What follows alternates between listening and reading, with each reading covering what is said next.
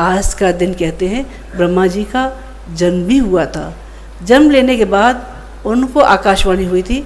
जब उन्होंने ये चाहा कि मेरा जन्म क्यों हुआ है तो उन्होंने कहा था तप करिए। 100 साल तक उन्होंने तप किया।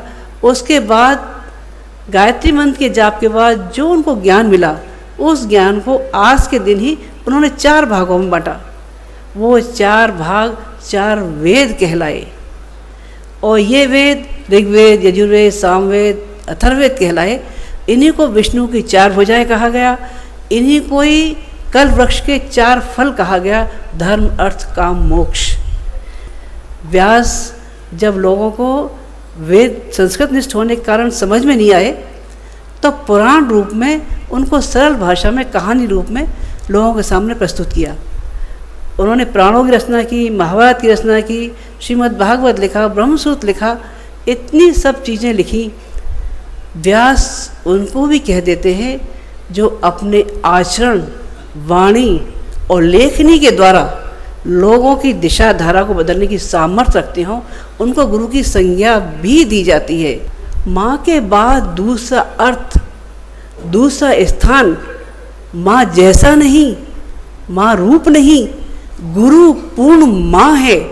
माँ के रूप में गुरु है जो अपने शिष्य का उसी तरह से ख्याल रखती है जैसे एक माँ अपने बच्चे का रखती है।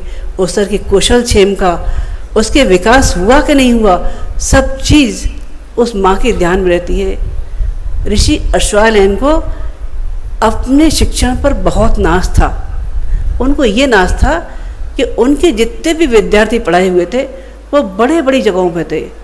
कोई सेनापति बना हुआ था, कोई मंत्री बना हुआ था, कोई पंचायत का था, कोई कहीं का था, कोई कहीं का था। बहुत गर्व से उनका मस्तिष्क ऊंचा रहता था। एक दिन जब उन्होंने ये सुना कि उनका एक शिष्य देवव्रत डकैत बन गया है, लोगों ने शिकायत की, वो चाहे जिसको मार काट करता है, लूटता है, तंग करता है। ऋषि अश्वत्थामा की आंखें भर आई।